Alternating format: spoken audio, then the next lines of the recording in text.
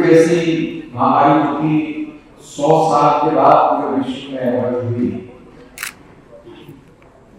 उस समय भी देश को प्रधानमंत्री नरेंद्र मोदी जी का एवर गाइडेंस मिला। उन्होंने फ्रंट से लीड किया और केवल उस समय 3 देश ऐसे थे जो कोविड का वैक्सीनेशन बना रहे थे या बना पाए। और भारत के लिए उस समय ये सोचना भी मुश्किल था, पर मैं मानता हूं कि प्रधानमंत्री जी की इच्छा शक्ति, उनका ये दृढ़ विश्वास अपनी मेडिकल और रिसर्च टीम के ऊपर, जिसके कारण से भारत विश्व का चौथा देश बना जिसने 10 महीने के अंदर कोविड के लिए 2 वैक्सीन को बनाया। और मैं मानता हूं कि भारत के इतिहास में नहीं, विश्व के इतिहास में भी एक बहुत बड़ा टास्क था।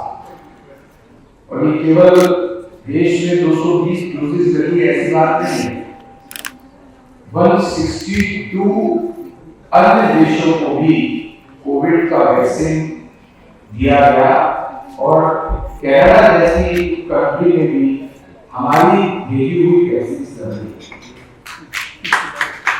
इसका सारा श्रेय जाता है तो मेडिकल फैकल्टी को जाता है, हमारे साइंटिस्ट को जाता है। इससे ये भी समझ में आता है कि हमारे देश में पोटेंशियल है, उस पोटेंशियल को एक्सप्लोर करने की आवश्यकता है। प्रधानमंत्री जी जय विज्ञान की बात करते हैं तो जय अनुसंधान की भी बात करते हैं। हमारे इनोवेशंस मेडिकल फील्ड में, हमारे रिसर्चेस, इसके ऊपर और ज्यादा ध्यान देने की आवश्यकता है।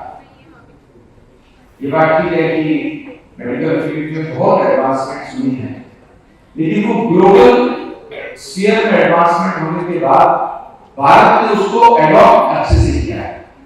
आज रोबोटिक सर्जरी कॉमन होती चली जा रही है। एक टाइम था कि जब जिसको दूरबीन की सर्जरी बोलते हैं, वो भी एक अजीब सी बात, अधूरा सा लगता था कि ओपन सर्जरी करने की आवश्यकता नहीं है, लेप्रोस्कोपी